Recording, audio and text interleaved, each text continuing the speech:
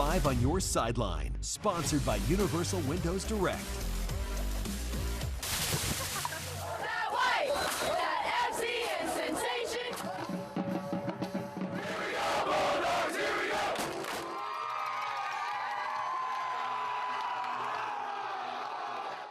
Welcome into 5 on your sideline. I am Corey Miller, and we are getting into the time on the high school football calendar that can make or break a season. Just a few weeks left. What kind of team are you going to be? Corey, I couldn't say it better myself. I'm Annie Kroll, and we had front row seats as teams all over the area went for crucial wins in a couple of rivalry matchups, Corey. So why don't you do things? Why don't you kick things off? Let's do it. Let's get into it. Let's start over the river. Belleville East at Edwardsville. East is going to start the scoring. Makai Henderson through the line into the end zone. That's good for 6. Edwardsville can run the ball too. Watch Stephen Moore Jr.'s legs just keep on churning until he finds the end zone. 7-6 Belleville East at that point. Couple big defensive plays coming up as well. Trust Thornton is going to bat it up, bit of a bobble, but he eventually comes down with it for the Lancer interception going the other way. Then watch this hit, Annie. Here it comes, boom! Oof. Patrick Chisholm lays the lumber for Edwardsville. Tigers win on homecoming, 20-10. That was a nasty hit, but how about the Fort Zumwalts? We're flipping excited for tonight. Fort Zumwalt North hosting South. If you're a fan of QBs using their legs, this was your game. North's Lucas Newcomb, keeps it and then some. He's going to barrel past those Bulldog defenders, fire up his sideline, even run past my camera. Oops, oopsie. That was a 35-yard run right there, but Newcomb has less luck in the air. Watch this as Zumwalt South's Cameron Brown picks it for the interception, taking it all the way to the 15-yard line. You could tell he wanted to go into the end zone, but just not quite there. But don't worry, it's going to be South quarterback Cooper Owens who gets it done, finding Aiden Vogt in the end zone. So Newcomb tries again, answering full steam once again on the ground, and finally finds the end zone one more time from less than 10. Fort Zumwalt North pulls out the win, 35-14 against the Bulldogs. Marquette on the road taking on the Kirkwood Pioneers. Owen Neslick's going to find his standout wideout Jacob Eberhardt for 6. Eberhardt recently picked up offers from Illinois, Nebraska, and Wisconsin. Watch him, folks. Later on, it's Marquette airing it out. It's going to be Kirkwood's Jordan Henry who comes down with it right in front of our birthday boy photographer, Jimmy Kruko. Nice shot, Jimmy. Mustangs would score while we were there, though. Caden Thornberry, beautiful pass to Joey Bugalski. That's a touchdown. Kirkland does go on to win 52-21. Quite decisive. Let's check out a game from last night. Parkway North at Parkway West for Parkway bragging rights. Defensive battle in the first half. A host of Vikings all over West quarterback on this sack. North would get on the board through the air, though. Dakari Hollis to Marvin Martin for the touchdown. Just before the half, though, Jet Johnson, which actually is a great name for a defensive back, by the way, comes flying in. Oh, my goodness. Grabs the interception for the Longhorns. North goes on to win this rivalry game, though, 32-14. Some afternoon football earlier today. Westminster at John Burroughs. Bombers would get on the board first. Sean Edmondson right through the middle, through the defense, in for 6. Burroughs driving again. This time John Henry Stream gets the interception for Westminster off the deflection. Nice play there. Back to the Bombers one last time. Max Steinbach, QB keeper from a long way out. It's the Jets. Great run there. He finds Pater. Burroughs beats Westminster 35-10. Well, on paper, the best matchup of the week takes us to one of the best rivalries in the area. The Battle of 109, Eureka against Lafayette. Both teams are undefeated at 6-0 and looking to make a statement. Over at Lafayette, the whole school community was amped for the opportunity to hand the rival Wildcats their first loss of the season in front of a rocking crowd. Battle of 109, you're best against the best, 6-0 team. I mean, both great teams come into it. Battle of 109, it kind of brings a lot of hype, just like not even about the game, but just in school. Like you can feel something's different about it. And I think just having that rivalry really makes everyone on the team excited and really gets us going in practice as well during the week.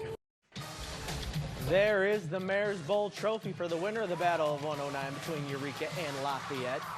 First up, looks like a big play for the Lancers to start things, but wait, Jeremy Williams gets the pick in the end zone, but he's going to run out of it, then goes back in and gets tackled. Oh boy, that's a safety for Eureka. The Wildcats would take over from there. Casey Hobelman to Jack McMillan. That's a touchdown. Then Eureka would give the ball to their star running back, and look at Trevor Kodak cut his way up the sideline and into the end zone. He's a stud, folks. Eureka kept their foot on the gas pedal. Cade Gustafson would reach out for another Wildcat touchdown right here. Eureka goes on to win 30-15. Tackle Hunger 3, sponsored by Neighbors Credit Union, your neighbor for life. It's already week 7 for Tackle Hunger, and we go to St. Charles County for an all-Howell contest. Francis Howell Central versus Francis Howell North. Victor the Viking took to the hallways in Central on Thursday to rally students and staff. Operation Food Search officials say Tackle Hunger was one of their most successful food collection events last year. Meanwhile, here was the effort yesterday at Francis Howell North. There are 18 area school districts contributing this season. And advertise as much. We posted stuff on Instagram. People were reposting that, especially through NHS. Also, junior class is sort of running like the Powder Puff game, and entry into the Powder Puff game is 1 canned food item. So we're trying to get like a lot of donations from that. Here are the final results. It was another big week of helping Operation Food Search. Howell North came out on top in the Tackle Hunger competition. They collected over 2,000 pounds of food. Altogether, this week's donations will help provide quality nutrition to 1,800 people for a day. But let's talk about some football now. Now to the field for the action behind North and Central. And we had fireworks right off the bat. First play from scrimmage, Riley Winkler finds Jack Brown, and Winkler is already celebrating because watch this play go for 88 yards. Yes, 8-8 all the way to the house as Brown weaves his way through the North defense. Get that guy some oxygen, Oh my man, goodness. I'm worn out watching that. That was a tiring one. Soon after, Ashton Payton would find the end zone as well for Central as the Spartans win this rivalry matchup 59-14. Some news from one of the best teams in the area this week. Luther North has imposed a suspension of head coach Kyle Wagner. The school reported an unintentional Misha violation in regards to summer football activities. Misha, however, will not impose a postseason ban on the program. On the field, the Crusaders have been dominant. They're 5-1 and have not lost to a team from this area this year. Luther North has state championship dreams, and a big reason why is running back Javon Blackman.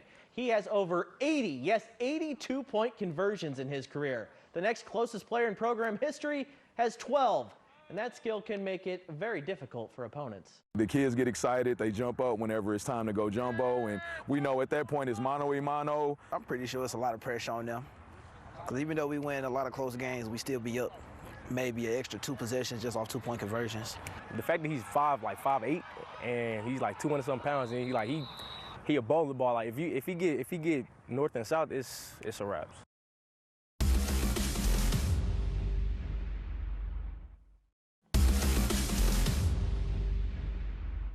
Yes, it's a very small sample size, but through 2 games, the St. Louis Blues look feisty.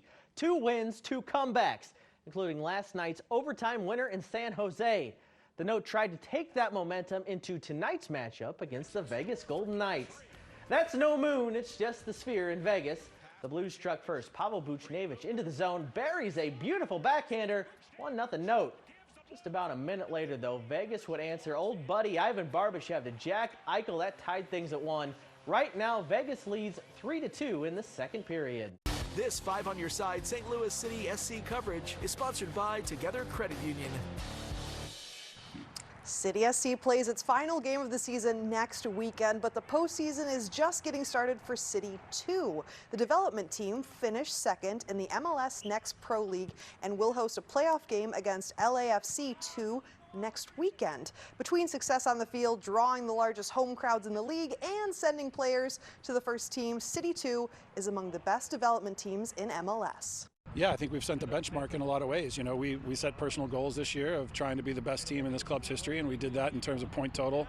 You know, so often we go on the road and we play in front of 300, 400 people. And I think we're number 1 by a landslide for this reason. We are developing players and utilizing City 2 and Next Pro to get our players ready for moments in City Park with the first team.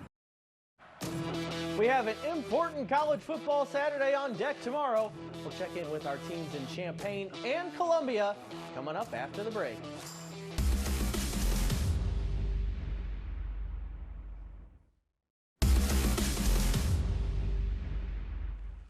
The Missouri Tigers will be hoping to cleanse the bad taste in their mouths from last weekend's beatdown to A&M tomorrow in Amherst, Massachusetts. The loss to the Aggies dropped them all the way to 21st in the AP poll, but Coach Drinkwitz had a simple message to his group this week. I had a very clear and direct message with our team, and I'm going to say it again here to y'all. One bad day doesn't define our team or our season. Our response will. There's going to be bad days. You're going to have, you're not always going to have peak performance as much as we would like to. It doesn't have to define us, but we do have to respond, and we do have to respond in a better manner. Number 23 Fighting Illini will be hosting Purdue at home tomorrow. Believe it or not, Coach Brett Bielema has not beaten the Boilermakers during his time in Champaign. He's looking to end that streak tomorrow. When I came in, one of the first things we did is build a trophy case, right? And we were able to get Northwestern in there for a couple, but we lost it last year, and we've never been able to get Purdue, so it's sat empty, and that's kind of the way I've approached the whole week. We can talk about it, and express our opinion and desire to have it, but until you touch it, see it, smell it, feel it, like it's not there, right? Shout out to Lindenwood Hockey. They went on the road and knocked off the number 9 team in the nation tonight, Wisconsin 4-2 in Madison. It's the Lions' first ever win over a Big Ten program. That's a big night. That's a huge deal. Come on, what an exciting accomplishment. Lot to be proud of for Lindenwood. Go Lindenwood. Good for you guys. All right, that'll do it for 5 on your sideline tonight. For Andy Kroll, I am Corey Miller. Have a great night, St. Louis.